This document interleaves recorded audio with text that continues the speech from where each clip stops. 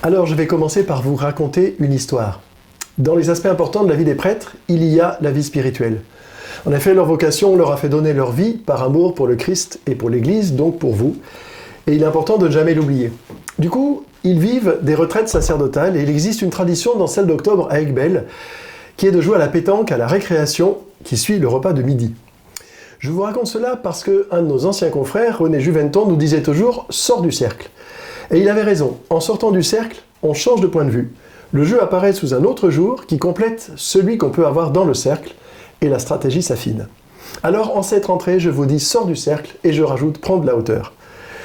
Depuis les temps anciens et surtout la pandémie, la machine à peur tourne plein pot. Vous avez peut-être vu des machines à bulles de savon utilisées à la sortie des mariages. Un petit engin crache des bulles de savon à une vitesse folle. Là, c'est pareil.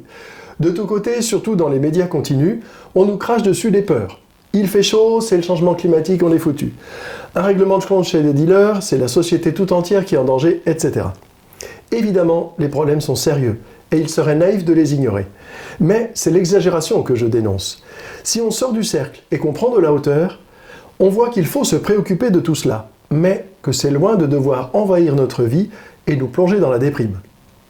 De même, les réseaux sociaux sont un outil, comme les smartphones, des fois greffés dans la main.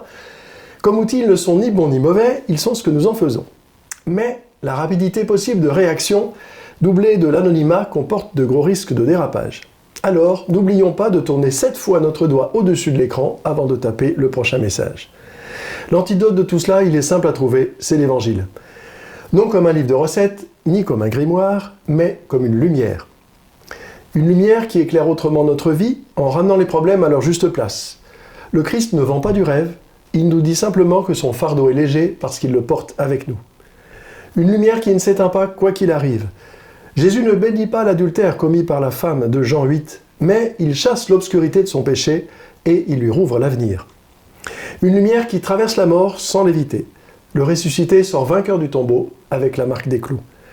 Dans l'année qui s'ouvre, plongeons dans l'Évangile pour réenchanter notre vie de baptisé et goûter toujours plus l'amour de Dieu qui nous appelle à le suivre et nous donne les moyens de le faire. Cette année sera celle de l'arrivée de notre nouvel évêque. Je dis ça un peu pour me rassurer, soyons justes. Attendre un évêque, c'est sortir de notre cercle de vie habituel, pour prendre la mesure de notre diocèse. Nous ne sommes pas chrétiens tout seuls. Alors venez au rassemblement proposé. Organisez des visites entre paroisses, soyez curieux des autres. Guettez la date aussi pour être présent à son ordination ou à son installation.